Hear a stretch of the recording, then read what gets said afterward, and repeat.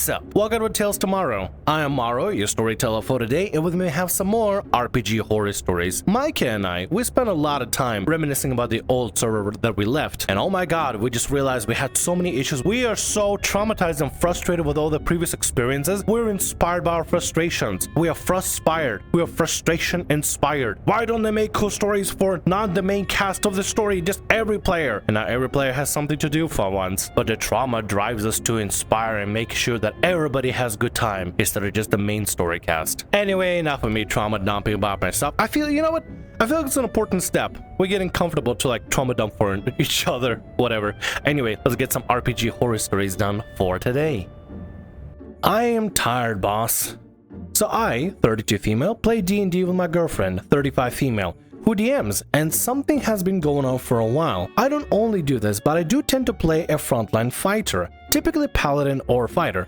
But I've had a couple of characters that I've focused a bit to get good AC with because I was the only tanky character for those games. The AC was like 20 to 21 depending on the character. Obviously part of being tanky when you're not a barbarian is to avoid being hit as much. So you can imagine how hard it is to tank when enemy never misses. This is only a slight hyperbole, but I think they've only missed if she forgets my AC or a reaction, but not after that unless the reaction uses a resource or we're about to die. She will literally ask my AC if she's having a hard time hitting me at first, then never miss. This is disregarding the obscene number of nat 20s the enemies often get. It's really hard to assume that she's just lucky when she rolls below my AC fairly often when attacking other players, and she already has some sort of DM versus player play style. Okay, hold on, whoa. You talk about this one thing I pointed out. I know the story's not finished yet, but I do want to cover this. The player versus DM mentality, I think, is the crux here. DM is not playing with you, they're playing against you. I feel like, just a hunch, from my personal experience of dealing with the DM versus player mentality kind of DMs, you need to talk to them pronto before this becomes more of a thing. This is actually one of the things that need to be brought up to figure out,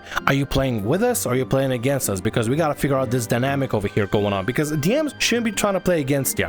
They should give you a challenge and watch you squirm and watch you like do the puzzles and do the sessions and fight a challenging fight, not because they want to try to screw you over and actively kill you, but because they want to give you a challenge but still cheer them on. I like to give my players challenge, but I'm never doing it to the point of like, yeah, I'm gonna kill my players and just stomp them out and end the stories. I'm giving them a challenge because I want to see them succeed. I want to give them something challenging to fight, so give them an equally challenging, equally mattering reward. A hard fight deserves a hard reward, or like a big reward. You know what I mean? This mentality of DM versus players is not going to be healthy for any of y'all, so I think that something needs to be covered immediately. I'll admit I try to optimize my characters as long as it makes sense for the character personality and background and isn't just BS.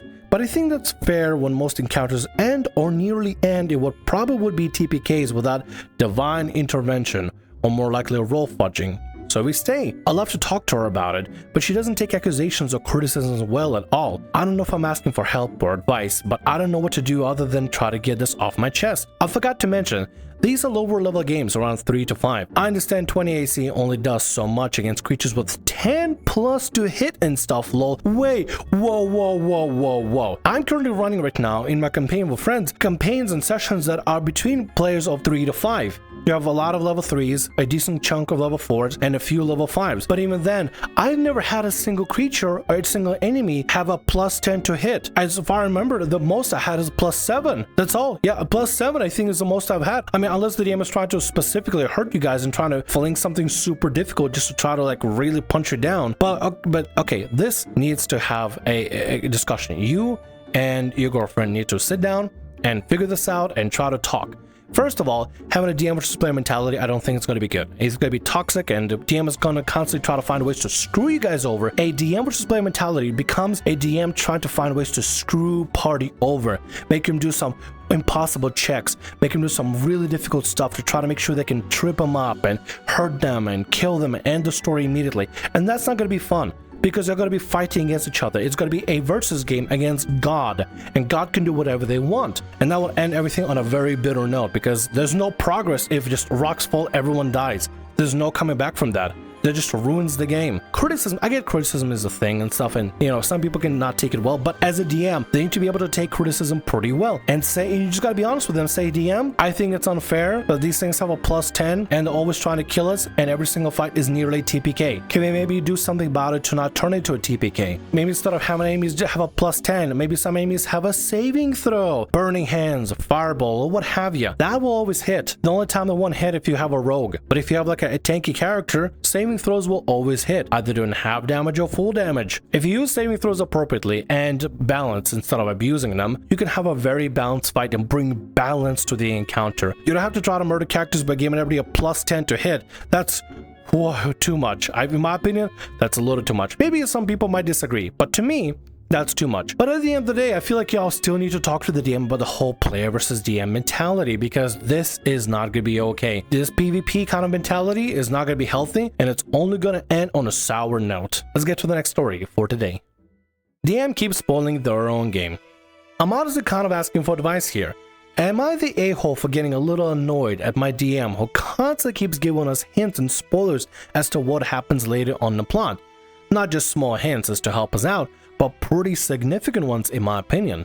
I absolutely adore this game. We've been playing for about half a year now. It's play by post over Discord, and our group has become pretty tight, I like to think. Aside from some issues I have with other players sometimes simply disappearing during sessions without saying anything, people struggling with combat, DM making his NPCs way too OP without any flaws, and his encounters way too difficult, making it frustrating to come up with a plan that isn't just to run away, and some miscommunication problems overall, I think we're in a good place. Most of it I can overlook. You just said you guys are fine after listing a myriad of problems. Are you really fine? Because it doesn't seem like y'all are. This seems like a massive mash of issues. I don't know why my accent comes out. I feel like my Russian accent's coming out. Maybe I should try it. A massive issues that you should try to talk to your DM about. God, that sounds weird. But something that's been bothering me more and more is how a DM keeps spoiling his own plot points, hinting at things that might happen in a nudge way. I get it's difficult to keep your mouth shut when your players are theorizing about the world and plot you've been building up for years in general channel, but it's just frustrating. Taking the fun away from finding out about these things in character, in my opinion. We wrapped up our latest session like half an hour ago, and our DM hinted that one of our players might find his way to godhood by the end of the game. He's already set up a plot for it, and it's a whole arc. I'm just sitting there like, are you serious, mate? Imagine how cool that would have been to experience in-game. And you just spoiled it like that? I consider this guy my friend, but every time I've mentioned to please not spoil me, or at least put a spoiler tag on top if the others still want to see it.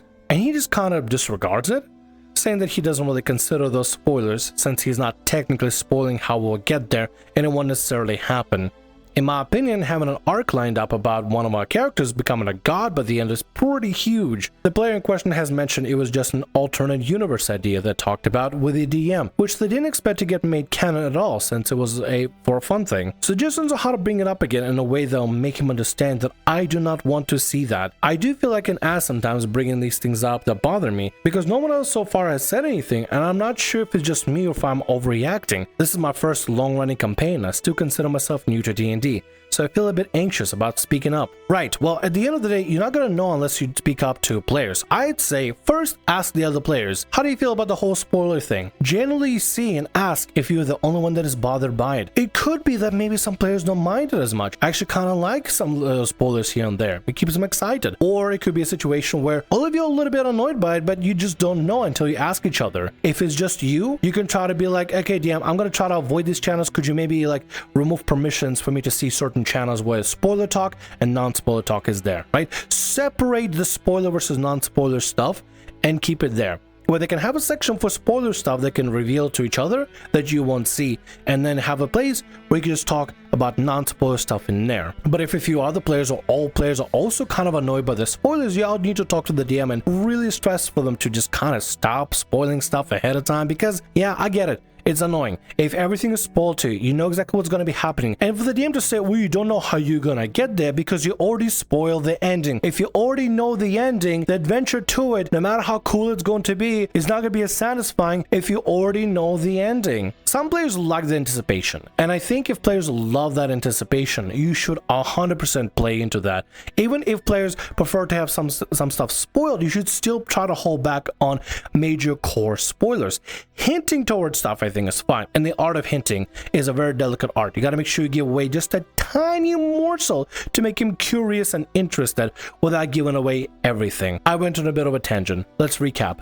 Talk to the other players, figure out if they like the whole spoiler thing or not. Depending on how the situation goes, have a separation on the Discord server or whatever you're using for spoiler text and non-spoiler text, and keep it really hard. Spoiler goes here, non-spoiler goes here, and make it so that you can't see the spoiler text, so you can't even be baited by it. So that's basically it. I wish you the best. Player is furious that my BBEG is too sympathy-inducing. Hey folks, hope you're having a good day. Also, forgive me for any mistakes in grammar. English isn't my native language. I try to keep this short. I've been DMing for a group for roughly 2 years now, and due to my style of DMing, which involves a lot of foreshadowing, clues, etc., they have just met the BBEG. The thing is, when I was creating this particular fellow, I wanted to try something different from my usual. This particular villain had one wish and one wish only. He wishes to die. Due to some circumstances, he's cursed with immortality. Yeah, we all heard that story before, but I've never actually run in such a story. I always viewed immortality as the worst curse one can have upon oneself. To see everyone you've ever connected with crumble and disappear, to witness funeral after funeral, to never truly allow yourself to feel love or be loved, for it will be ephemeral. And in the end, only you would stand, living, if you can call it life. But why is he a villain, you ask? His life is painful, his existence is suffering, he wishes to end it and will do everything in his power to do so. He tried many ways, but none have really worked. Now he will try the ultimate way. He'll bring down the realm. He will destroy everything. For when all is gone, he hopes he will be as well. I thought it would be an interesting narrative in store to have a less power-hungry villain character, so we've been building up to it over these 2 years. Now they've finally faced him and learned of his ultimate goal, his reasoning, his pain. This happened last session, and we ended on a cliffhanger when they learned about him. The problem arose when we ended a session, which I thought was absolutely amazing. One of my players became absolutely pissed. He started to shout angrily with words that I will not really write down, as I'm sure they will not fit the sub. He claimed that I was ruining D&D for him, that villains should be villains, that he didn't play to feel sympathy for his enemies. He claimed that I was an absolute a-hole for trying to make them feel pity for someone they should defeat, and things really escalated. Even though I tried to de-escalate the situation, my other players tried to reason with him, saying that it was a good story and all that, but he was having none of it. Truth be told, I never seen someone that angry before, which honestly did make me slightly taken aback. He left my house where we host our game, almost storming out. I apologized to the player who's remained there and told him that it was not my intention. They seem to have enjoyed the story and not really bothered by it, but the situation is sour to say the least. Now here I am, considering that I should just stick with the run-of-the-mill cartoon villains, which honestly isn't what I like. But I don't want to go through something like this again. Well, this is my story. I'm sure it's not as horrifying as some out there, but well, it really did a number on my self-confidence as a DM. Cheers, folks. You have written a really good, compelling story and a really good character that honestly, I love. You did a great job. Don't ever feel bad about this. The rest of your players loved it. He clearly wants to play a different type of game. He wants to play a game where the BBEG, the villain, the big bad, is some sort of cartoony villain that you can't relate to, and you can just hate him for the sake of hating him. He really would just want to play with somebody that's just like a bad guy for the sake of being a bad guy without any sort of relatability or story or anything. And that's fine. You do what you want to do. You got a great concept, you got a great idea, the other players love it, stick with it. I remember in Final Fantasy XIV's Shadowbringers, you had one of the best, one of the most incredible characters that was basically the BBEG for the story, and it was an incredible journey going through this and feeling so bittersweet about the end for the story, the end of the Shadowbringers like main story, and just in general with Final Fantasy XIV, they've written some really good characters that just, either if you understand the motivation, you understand the feelings, you understand why you fight, because you have to fight. Even though you don't want to fight, you want to feel bad for these characters, but at this point it's either you or them. It's this divide between their survival and your own survival, and trying to make sure that you stay alive throughout this. It's more than just surface level of like, we want to do bad things because we just bad. It's depth. You have depth in a character, you have a depth in a BBEG. Stick with it. Use it. Let it be your motivator for creating more stories with this character and letting your party experience fighting against this immortal BBG that just wants to end the world so they can see their own demise and end finally to come to fruition. Don't feel like threatened at all by it. You got something great going. Stick with it and work with it. And with that, that's gonna be all our stories for today. I want to thank you very much for watching, and thanks so much for being here. If you like what I do, consider subscribing to the channel and leaving a like. Also, if the RPG Horror Stories ever goes down, or if you want to submit your own personalized horror story, email is down in the description below. I'll see you again in more Tales tomorrow. Bye-bye.